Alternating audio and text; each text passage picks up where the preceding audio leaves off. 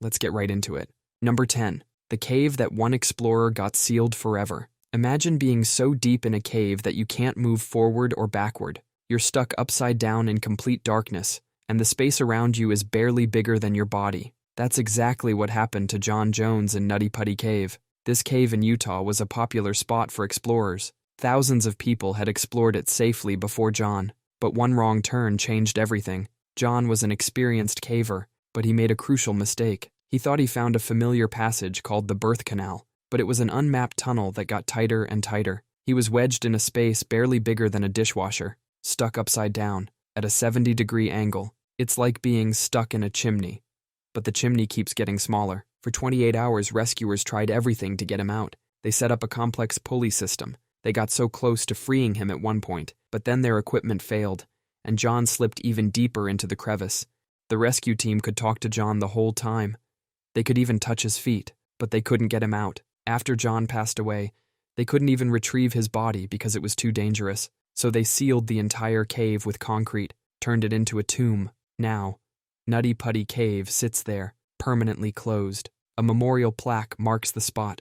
Number 9. The traveler who made airport security nightmarish. In December 2001, Richard Reed boarded a flight from Paris to Miami with explosives packed in his sneakers. During the flight, passengers noticed him trying to light his shoes on fire. The explosives were damp from sweat, and other passengers tackled him before he could succeed. This single failed attempt is why billions of people now have to take off their shoes at airport security. Before this incident, airport security was relaxed. You could bring drinks on planes, keep your shoes on, and even visit the cockpit. Now airports need specialized machines to detect explosives in shoes. These machines cost millions of dollars each, built right into your ticket price. In the 20-plus years since this incident, no one has ever successfully smuggled explosives in their shoes onto a plane. Yet the time wasted taking off and putting on shoes in security lines adds up to about 350 years of human life annually. Reed actually bought a first-class ticket to avoid suspicion,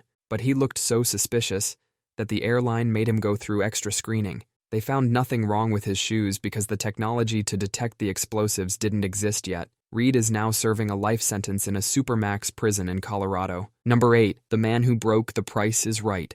Terry Neese wasn't your average contestant.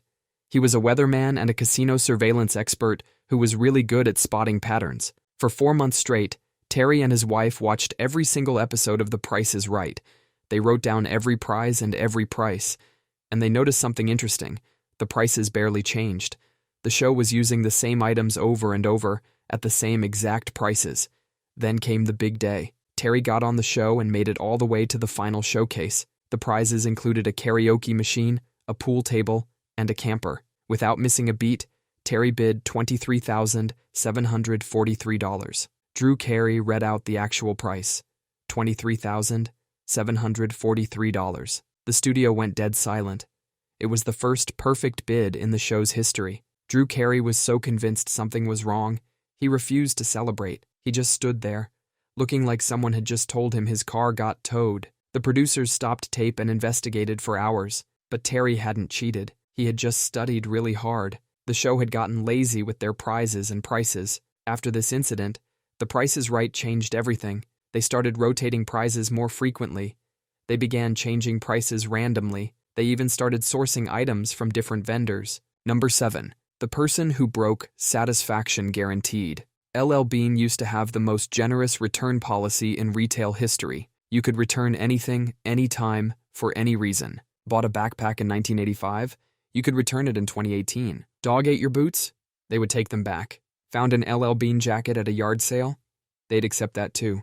In 2017, LL Bean noticed something strange in their returns department. One customer kept buying their stuff from thrift stores and yard sales. He'd return these ancient, beaten-up items for full-price refunds. This wasn't just a one-time thing. He made it his full-time business. Then he'd walk into their stores with garbage bags full of worn-out clothes. The company estimated he made over $50,000 doing this, and it was completely legal. Their policy stated, 100% satisfaction guaranteed, no questions asked. In 2018, LL Bean changed their legendary lifetime guarantee to a 1-year return policy. A 106-year-old promise was gone. The company had to take out full-page newspaper ads to explain why. Because of one person exploiting the system, millions of legitimate customers lost their lifetime guarantee. Number 6. The Cleveland Balloonfest disaster. A Coast Guard member searches for 2 missing fishermen in Lake Erie. He spots something bobbing in the water that could be a head, but as he gets closer, it's just another balloon among thousands covering the water's surface. On September 27, 1986, Cleveland created one of history's most bizarre disasters. United Way planned to release 1.5 million balloons into the sky. Thousands of volunteers spent months inflating balloons inside a giant net structure. The release looked spectacular for about 30 seconds. Then a storm rolled in.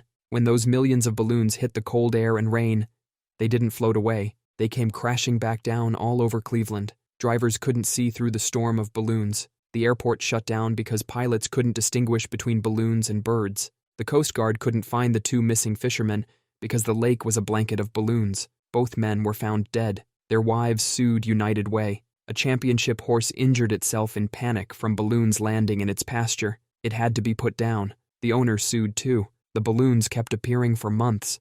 On beaches, in trees, in fishes' stomachs. Some even reached Canada. Because of this disaster, mass balloon releases are now banned in many places. Number 4. The athlete who got a celebration banned. For over 30 years, players would dunk the football over the goalpost after touchdowns. Then came Jimmy Graham in 2013. Jimmy wasn't content with a regular dunk. He would grab the crossbar and violently shake it back and forth. The goalposts would wobble dangerously.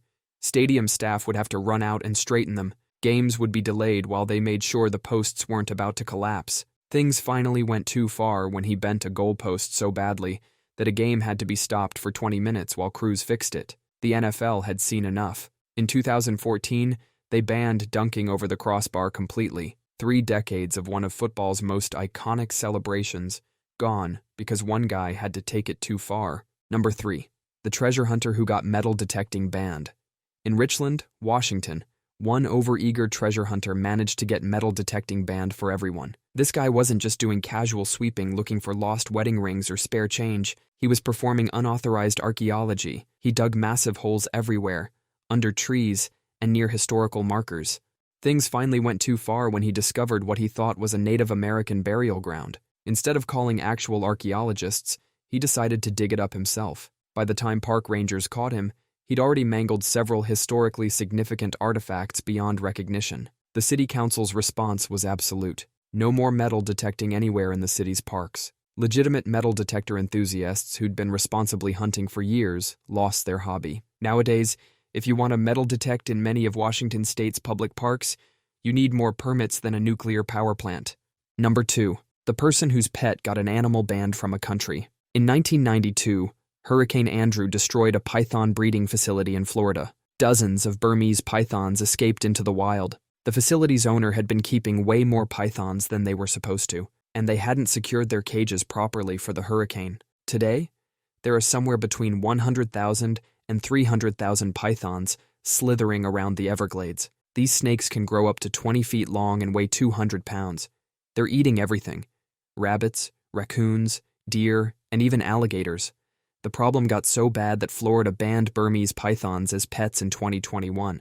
Because one person couldn't properly secure their python collection, nobody in Florida can have one as a pet. These snakes are basically impossible to get rid of. Number 1.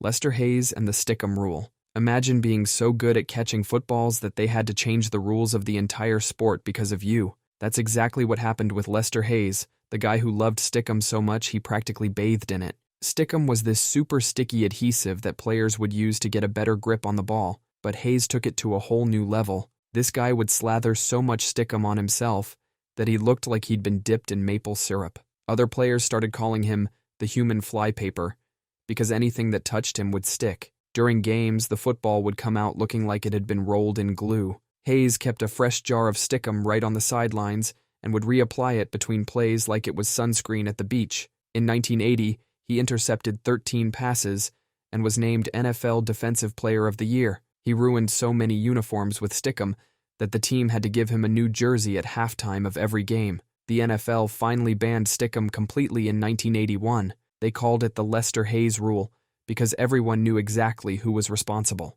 After the ban, Hayes' interception numbers dropped from 13 in 1980 to just 4 in 1981. Turns out, catching footballs is a lot harder when you can't turn yourself into human flypaper. That's all for today. I'll be making similar videos in the future. Subscribe to see them.